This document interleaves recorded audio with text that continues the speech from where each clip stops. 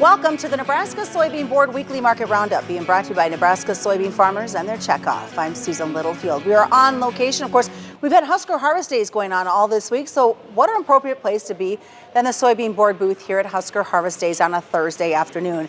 As the show wraps up, it's been an interesting week. We had a WASDE report that was popped into the week. We also had some highs that were taking place in this cattle market, the feeder cattle market.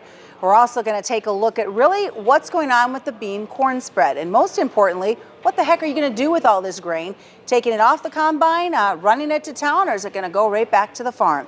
Stick around. We're going to take a look at all those details and more on this week's report. It may be small, but this little bean fuels a lot of power. It powers a food industry as a top source of protein. It's a fuel that powers diesel engines with fewer emissions. It powers a state economy and bottom lines. And it powers the rest of the world as a top Nebraska export. Yeah, it may be small, but we're finding more ways for this little bean to power Nebraska. And welcome back once again. As you can see, joining me on location, we've got Jon Lechtenberg. Jon, of course, is with the ARC group, and then Kyle Bumsted with Allendale. And gentlemen, I think first and foremost, we've got to talk about what's been happening with this WASDE report.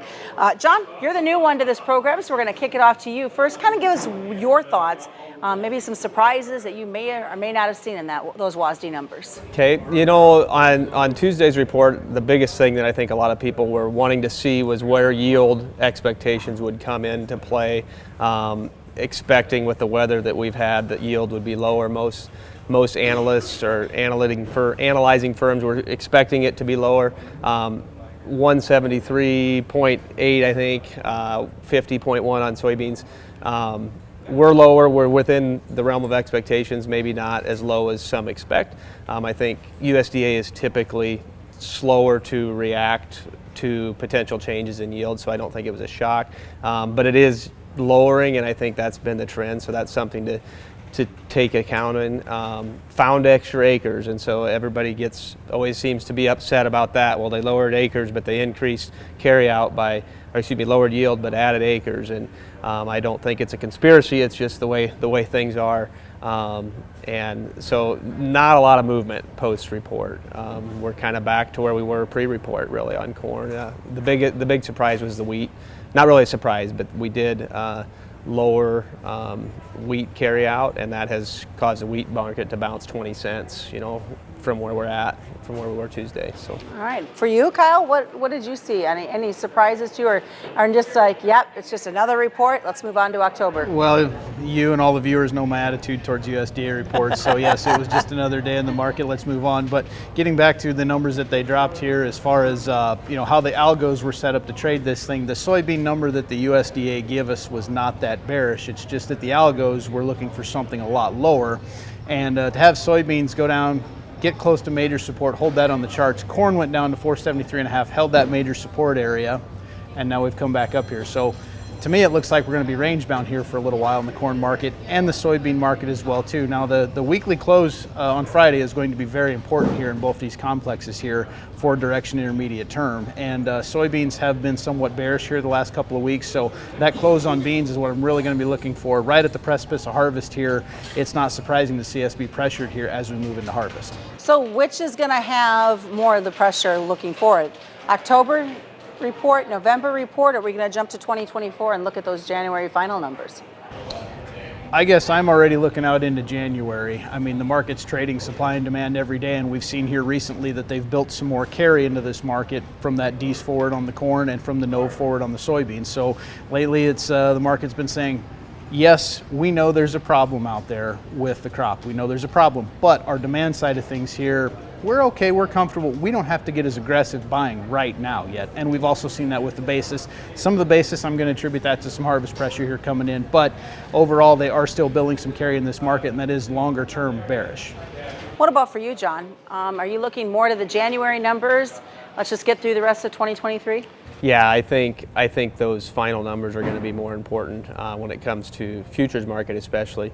But going back to basis, I think we get into harvest year. We're not seeing numbers like we saw a year ago for sure, because we're in a lot better shape in Nebraska and regionally, and So I think the final numbers, as we start getting harvest numbers, and some of this data that comes out of where yields are regionally, sure, people will trade that, but I think the final numbers are going to be what really give us direction from January on into, whether it's guys with old crop unsold in the bin or whether it's new crop for next year. That's where we're going to see some direction. All right. We want to look at the fact that we got some new contract ties that happened in the fat. Look at you smiling. You think this is just pretty exciting.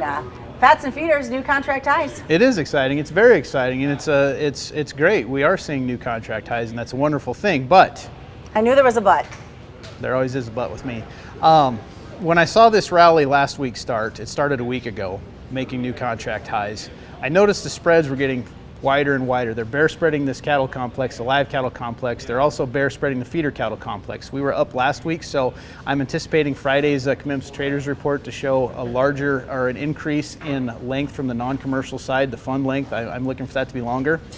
And then earlier this week when we saw the market sell off, we also saw the same bear spreading action. So to me, it's like a rubber band getting pulled. As the non-commercials are buying this market, the commercials are selling this market. And at some point in time, that rubber band's going to snap. And those funds are going to be looking for a place to get out. Not saying they're going to get out anytime soon, because the trend is your friend, and the trend is up right now. It looks good. But when they start running for the exit doors, that's going to be the key here. How much volume, how much peels off this market, and how fast it comes down off these highs. So what I'm looking for this week here, so far we've traded some cash here in Nebraska at 184, 290 on a dress basis, and I think it's going to take 181, maybe 182 to get some cattle bought down in the southern plains. And I look for the next 4 to 6 weeks for that southern cash to start meeting the northern cash. Northern's going to be staying about the same. We sold fats a month ago for 290, and we're selling fats for 290 this week. So cash in the north's been staying the same, but it's all about the southern cash here in the next few weeks. So we can't have a conversation about cattle without me asking you, have you heard any thoughts of heifer retention? Because I heard some rumblings here at Husker Harvest Days of guys that said, hey, I'm starting to buy back. I got rid of, and now I'm ready to rebuild once again. I think there's going to be a rebuilding start to happen. Again, we're still with the feed issue out here in the Western Plains. And also we have a money issue too. Yes, we're making more money right now with cattle, but we're also paying higher interest costs. So I'm still going to go with the fact that it's going to take a lot of $100 bills to make up that interest payment on that animal you're buying here over the next couple of years. So I think that that's really going to be something that producers really look at as far as retention-wise. What's it going to cost me to keep that heifer around? I think it's starting to happen. It's been happening here for a couple of months, just on a smaller scale. All right, we're going to keep on this cattle side of it, John. I'm going to ask you from a grain perspective. Also hearing comments that now's the time I'm going to start adding more cattle to my feedlot because corn is on the cheaper side than what it's been all year. Your thoughts? Yeah, relatively in the last couple of years, corn is cheap. You look at current supply and demand, corn is probably cheap compared to where it might be in 6 months from now. So I think if you're buying cattle and you're considering buying cattle, I think locking in your feed costs is very smart. I think going back to the cattle market, Kyle's got a lot of detail there. I would just echo from a cattle producer standpoint. Our markets are very high. I don't know that margins are substantially better than they are when the markets are low, but the risk is substantially higher. The value of your animal is higher, the interest rates are higher, and so using some sort of hedging tool, whether that's puts or LRP or something, that would be something to consider for a livestock producer, even if they've never done it before, something to look into, because I think there's some reality there. Retaining heifers, people have to consider that if I'm not selling a heifer, it doesn't mean I got a free heifer. I just paid the same. I paid market value for the heifer I could have sold, and so that's a reality you've got to consider too when you look at rebuilding your herd and how if we are droughty again and you rebuild your herd a little too soon, are you stuck with a low value bred heifer when you could have sold it for a high value feeder calf? And so making sure you've got the feed to support this regrowth, and some people absolutely do, and some are a little iffy. So we are here at Husker Harvest Days, which means you get an opportunity to interact with folks as they come through the booth. What's some comments and thoughts? that they have brought to you over this time that you've been here with us? Probably the first question I get asked today is, where's Heather? Heather's usually doing this show. She's usually at Husker Harvest Days. She was here. She just isn't able to be here today. But to be real with you, or to honestly, grain-wise, things that people are asking about is, should I sell my corn now? Like, what do I do? We're going to harvest. And to that, I would say, hopefully you have some hedged. You know, you've got some stuff done in the spring that would be advisable from us, and I think many people would have said in the spring you should have done something. What number you're at, whatever. But now is the time you're looking at carry, because now there's pretty good carry. You know, you're looking at 14 cents in the corn. You know, rolling from December to March. Soybeans about 15 cents a carry, and so now is the opportunity to say, well, do I like the basis? Do I need the cash flow? What are my logistics at harvest? And if I'm going to store grain, I want to roll those hedges and capture that carry now. The last 2 years in the corn market, we've gone inverted.